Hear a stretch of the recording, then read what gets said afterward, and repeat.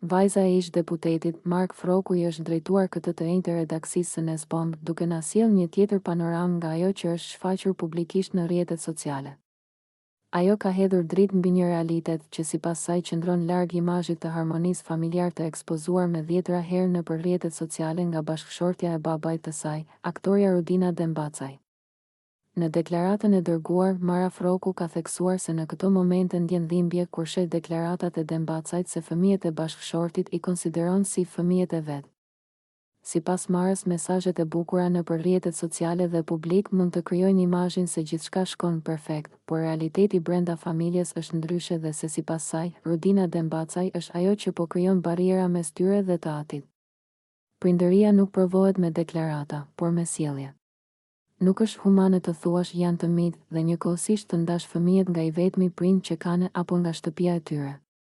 Familja mbahet me prani dhe përfshirje, jo me kontroll.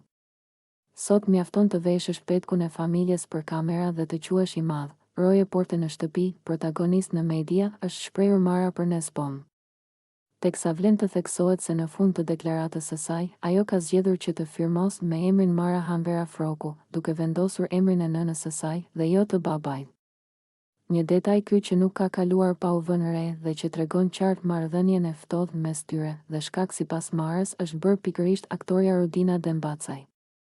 Mara, Erta dhe Nardi janë 3 fëmijët e ish deputetit socialist, Mark Froku.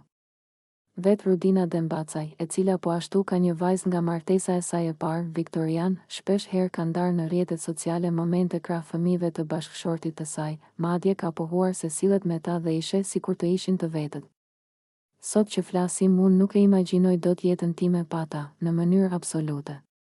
Edhe kur kam problemet e moshës, unë përpiqem të jem personi që vihet në pozicionin e tyre.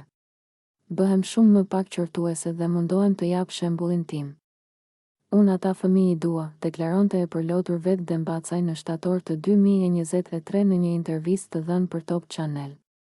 Deklarata e plotë e Mara Frokut. Këtë deklaratë e shkruajmë me dhimbje, jo me inat. Pas disa deklaratave publike, Rudina Dembacaj thotë se fëmijët e burrit janë fëmijët e mi. Fjalët dhe fasadat mund të duken bukur për miqt, por familjarët e dinë të vërtetën. Prindëria nuk provohet me deklarata, por me sjellje.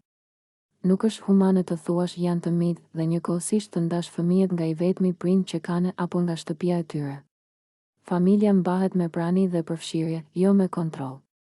Sot mjafton të veshësh petkun e familjes për kamera dhe të quhesh i madh, roje porte në shtëpi, protagonist në media.